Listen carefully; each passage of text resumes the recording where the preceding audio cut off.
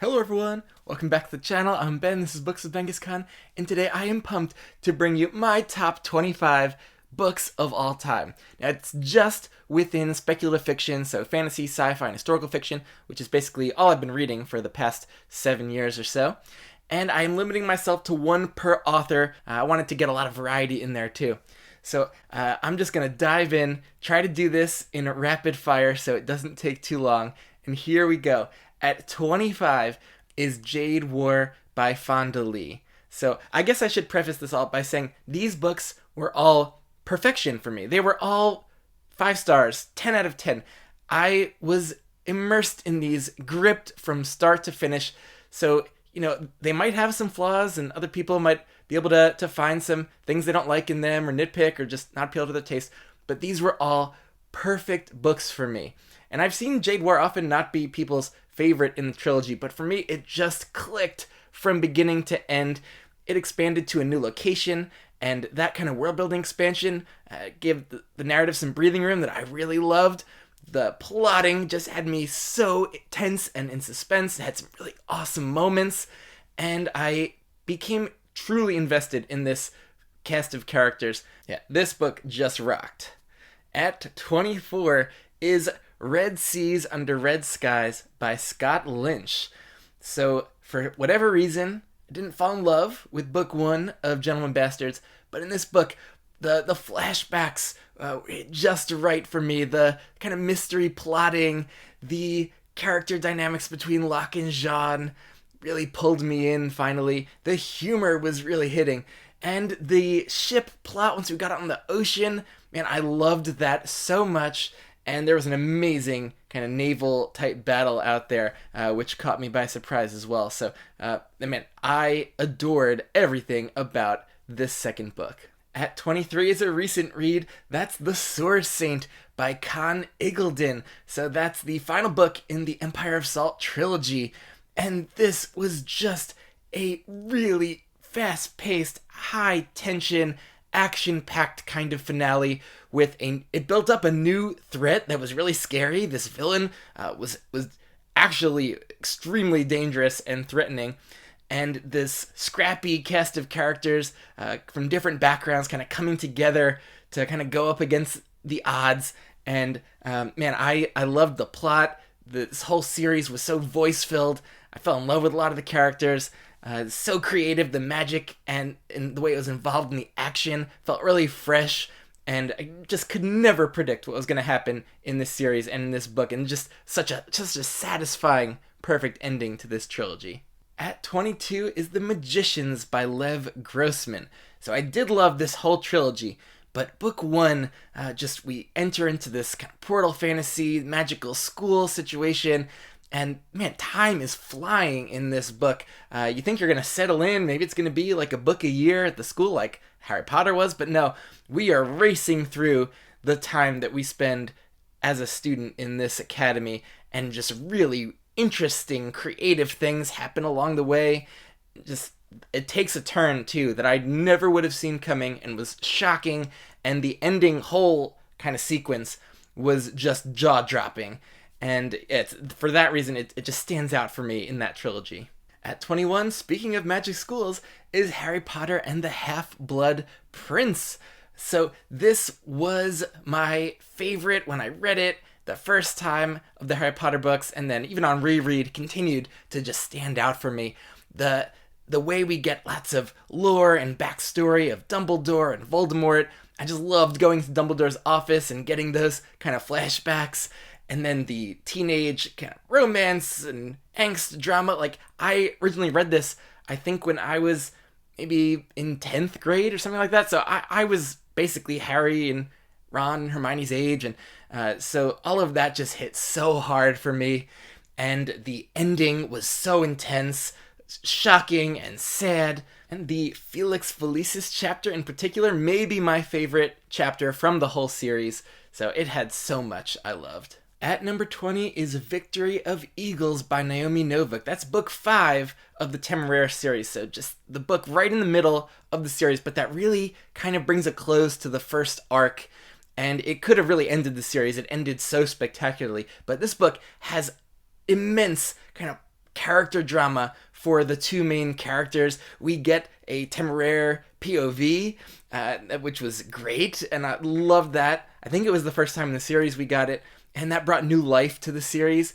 And the sequences that we got that were kind of related to the war, the Napoleonic Wars that that are going on at this time, and how it veered away from history and is now happening very differently based on the influences of the dragons and how Napoleon's using them in the French military, and just ended in an amazing climactic battle sequence. But even leading up to that, there were a bunch of harrowing war sequences. So just a really gripping book. At number 19 is a book I don't know if I've really mentioned on the channel much at all, and that is The Song of Achilles by Madeline Miller. This book just had me entranced when I was reading it. I felt truly transported to ancient Greece. I studied Greek history in college. I've traveled throughout the country and visited many ancient sites, but nothing was as transporting to me as being ensconced in Miller's prose. And just, man, I really felt like I was there and living this through Patroclus's eyes, and seeing the Trojan War through this kind of side character's eyes from the Iliad, which I've read a couple times. It was really fresh, and the whole thing was very emotionally raw too. Man, I loved Song of Achilles. At number 18 is A Clash of Kings by George R.R. Martin, Book 2 in A Song of Ice and Fire. Not everyone's favorite from the series, but man, was this book just so gripping from start to finish. Let's start with the prologue on Dragonstone. We start to expand the number of locations we're visiting from Book 1, expanding the POVs. The book is so aptly titled A Clash of Kings, as all these kind of competitors for the throne are kind of forming their base and forming their plans and strategies, and then of course barely anything goes to plan. And just, even though I kind of knew what was going to happen from having watched the show, reading this a few years later from seeing it, it felt so fresh reading it on the page, and Martin's very distinctive inner monologues and dialogue. Man, it was just a treat reading, Tyrion's politicking, and man, that was a real highlight. At 17 is a very different kind of read. That is Piranesi by Susanna Clarke. Just a slight little standalone, but one that really left its mark on me last year. It was very magically transporting and thought-provoking, and I just found myself immersed in this interesting setting of the house, and just also really invested in the POV protagonist's kind of situation and how it was going to play out and the mystery that was unfolding. So that was just a perfect little book for me. At number 16 is Children of Time by Adrian Tchaikovsky, and I loved so many of Tchaikovsky's Shadows of the Apt fantasy books, but as far as an individual book, Children of Time is probably my single favorite read. Man, even Ogres was in competition for this spot, but Children of Time, the roller coaster ride of it just happening between these two split kind of POVs, and every chapter jumping back to the other group, and seeing the development of this kind of non-human civilization happen over generations was thrilling and just full of really cool ideas, and this kind of biological world building that only someone like Tchaikovsky, who studied biology and bugs and spiders, could have really come up with and been that authentic. And man, even the human drama was really gripping to me, and then how it all played out was just scintillating. So yeah, that one was a tough call though for my favorite Tchaikovsky book. At number 15 is The Heroes by Joe Abercrombie. So yet another tough call, because I loved a lot of the books from his two First Law trilogies, but The Heroes as an individual book stands out because maybe because it was formed as a standalone, it felt so perfect and self-contained from start to finish, with this kind of centered around this battle over the course of 3 days. And I feel like I've seen a bunch of movies throughout my life that kind of had a similar focus of a single battle, and this kind of focal point really works for me, and just the trademark Abercrombie bleakness in the tone with mixed with the humor, and doing it by Pacey's audiobook also didn't hurt, with a particular main character who has a really distinctive voice. But man, I loved all the different POVs. But then when we got into the battle, and Abercrombie for the first time pulled his POV hopping trick, man, I think I just died and went to reading heaven when I was reading that sequence. And so, yeah, loved everything about this. At number 14 is Project Hail Mary by Andy Weir. So, yet another amazing audio experience with the inimitable Ray Porter at the helm. And this was also gripping from start to finish. I love the amnesia plot that meant that we were kind of getting the history of this character kind of given to us as the character himself is remembering these memories, and so we get a sense for his situation at the same time that he is. I really thought that structure worked perfectly for this. Once this book really started to kick in with the plot, just so compelling, and I think Weir's MacGyver in space formula just reached its peak with this book, even though I did like The Martian, but this one, man, just on a whole nother level for me. At number 13 is Lord of Chaos by Robert Jordan. So I did love a lot of the Wheel of Time books, but this one just stood out. It just, this chunky book in the middle of the series that had me so gripped and so tense. The tone of this felt different from the rest. As the title might suggest, the main character, Rand, is in a really, really difficult, edgy, kind of mental place in this book. And the tension's so high. There's some really incredible action scenes. But then something so shocking happened toward the end of this book that sent the final act into this tailspin of craziness that maybe led to one of the most thrilling conclusion sequences I've ever read. And just, but really, I love the whole thing. But man, that ending whole final time in this book really stands out.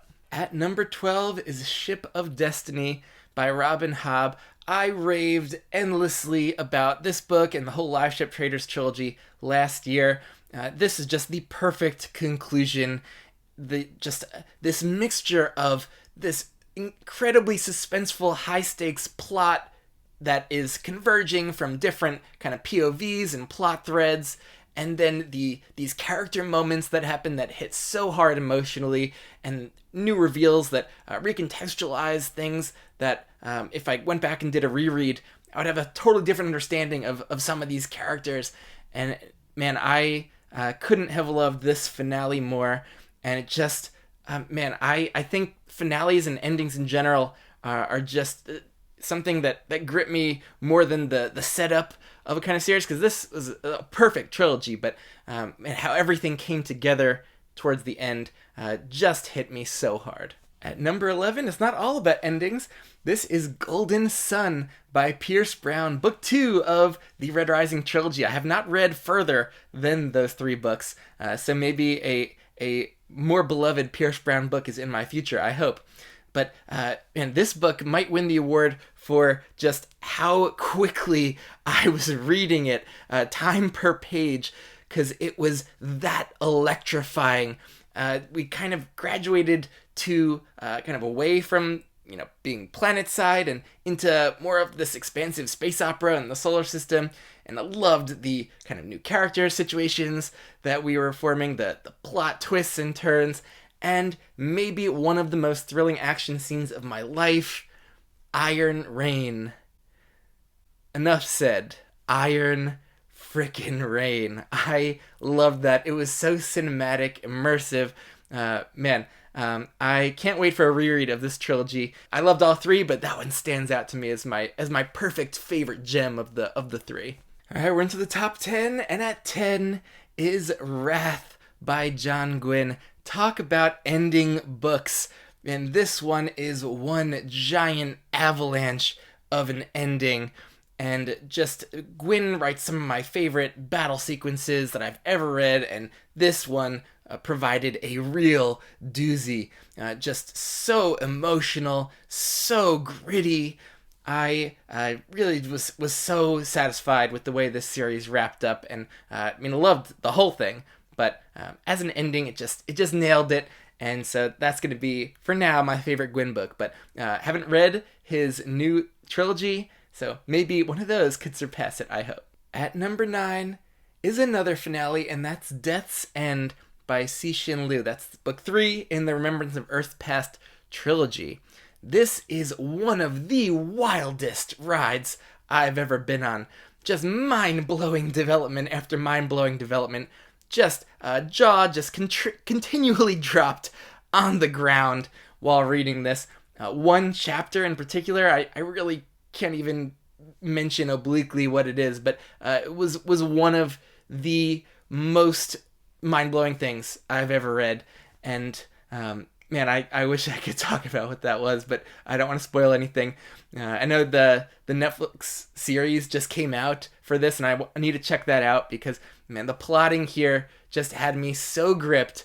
And man, I think I reread this book within a year after finishing it. And I skipped kind of book 1 and just reread book 2 and 3 because those last 2 parts of this trilogy were just on such another level that I just ate them up all over again. And this book in particular, just something that's so memorable. At number 8, more recent sci-fi, and that's Tiamat's Wrath by James S.A. Corey, book 8 of 9 of The Expanse. And I was just singing this book's praises a lot last year, but just a tremendous penultimate volume where there's really intense character drama on top of this suspenseful plot. Don't want to really say anything about it because it's so late in that series, but just a perfect late series book, and yeah, one of the most gripping reads of my life. At number 7, the newest addition to my favorite reads list, and that is 11/22/63 by Stephen King. My third ever King book, and man, did it blow me away. I was expecting this big chunker to take its time and to be kind of really slow-paced, but just from the very beginning, I found myself really emotionally invested in what was going on, and it went off into this time travel plot back to 1958, and I've had time travel fantasies of my own going back to this era specifically, or thinking about if I would have been able to change the course of major events like the JFK assassination, and to be able to live this out through Stephen King's just immensely emotional writing was a real treat. And a lot of the quieter moments, the less actiony ones, were the ones that really stuck out to me. Just a school play or a school dance, man, some things like that just hit so hard for me. Yeah, a new favorite book.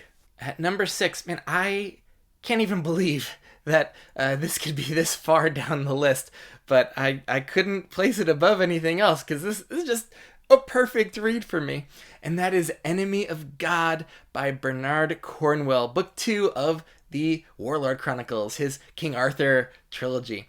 And this book, man, just the family scenes and the quieter, more peacetime scenes mixed with the really tense, gritty battle scenes that Cornwell is so great with, and inspired John Gwynne a lot, I know. And then to all culminating in the most batshit crazy ending sequence you could possibly imagine. That was another one where just could not believe what I was reading, and had trouble turning the pages sometimes because I was so tense and just could see certain things coming that I just didn't want to have to deal with. I was that gripped and invested in what was going on, and it was a brutal read, but so compelling.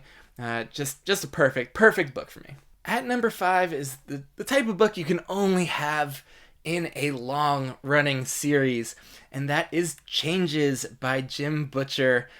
Book 12, I think, in the Dresden Files, I hope. But the name Changes is so apt for this because, it totally shakes things up for our single POV protagonist, Harry Dresden, it will just the things that go on here will have huge ramifications for the rest of the series. It's this fulcrum point around which the entire series is turning. And I've read it now a few times and was so gripped each time, just never lets up in with the intense plot events that are happening and that are having such a drastic impact on Harry. And just also this huge tour de force kind of final act climactic sequence that is one of the most memorable cinematic sequences I've ever read. And I feel like I've seen a movie of it, like I've lived it multiple times. It was amazing. It emotionally wrings you out. Just one of those books that makes sticking with a long series so worth it. And number 4, we got a similar situation. That is The Bone Hunters by Steven Erikson. That's book 6 of Malazan, Book of the Fallen. Man, this book is huge, and it could easily, I think, be split up into 2 separate novels, each of which would have been just a fantastic read on its own. The fact that it's combined into one coherent volume is just almost impossible for me to believe. We have Egatan, that's all I really want to say about that, as the centerpiece of the first half of the book. And that chapter, but then more so the aftermath of that, which gives the novel its name, man, so emotionally impactful and thought-provoking and cathartic and tragic. Oh, you have all the emotions reading this book. And then the fact that it doesn't end there, but then continues on toward this crazy roller coaster ride of a finale climactic sequence, which was so gripping. I don't even want to say who was involved in that, but it had just memorable moment after memorable moment, and is the Malazan book that by far just stands out as this perfect read for me from start to finish, where it just couldn't have been more gripped. At number 3 is Words of Radiance by Brandon Sanderson, book 2 of the Stormlight Archive.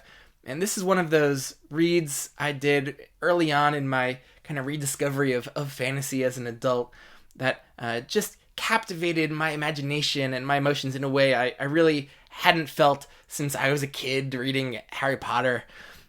This just built on the foundation from Way of Kings in a stunning way. Just the plotting of this one and the convergences and the character development kind of all just led to these huge moments.